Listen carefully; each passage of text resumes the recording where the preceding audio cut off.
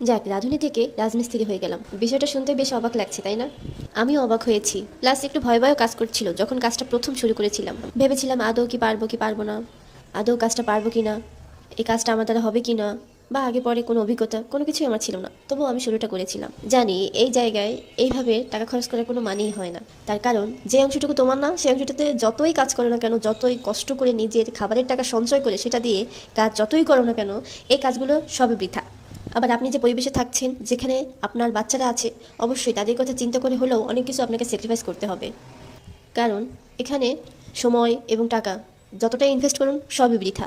তবে একটা কথা কি জানেন, যে জিনিস করলে মানুষের উপকার হবে সেটা অবশ্যই করে ফেলুন। এক সপ্তাহ আগে বাসার এই জায়গাটায় একটা বড়সড় ড্রেন করা ছিল, যার কারণে হঠাৎ করে বাচ্চা পড়ে গিয়ে ব্যথা পায় এবং প্রচুর পরিমাণে তার ব্লিডিং হয়, যার কারণে এই কাজটুকু কমপ্লিট করা। তাই আমি আর দেরি না করে আমার সাধ্যের মধ্যে যতটুকু সম্ভব হয়েছে আমি কাজটা কমপ্লিট করার চেষ্টা করেছি এবং আলহামদুলিল্লাহ সেটা আমি পেরেছি। তো আজকের ভিডিওটা শুধুমাত্র একটা উদ্দেশ্য করা, সেটা হলো সত্যি যদি আপনি মন থেকে কিছু করতে চান তাহলে অবশ্যই কোনো না কোনো পথ খুঁজে পাবেন, আর যারা কিছু করতে না চায় তারা সবসময় অজুহাত খুঁজে বেড়ায়। আজ এ পর্যন্তই, দেখা হয়ে যাবে নেক্সট কোনো ভিডিওতে। সে পর্যন্ত সবাই ভালো থাকবেন, আমার এবং আমার পরিবারের জন্য সবাই দোয়া করবেন। আল্লাহ হাফিজ।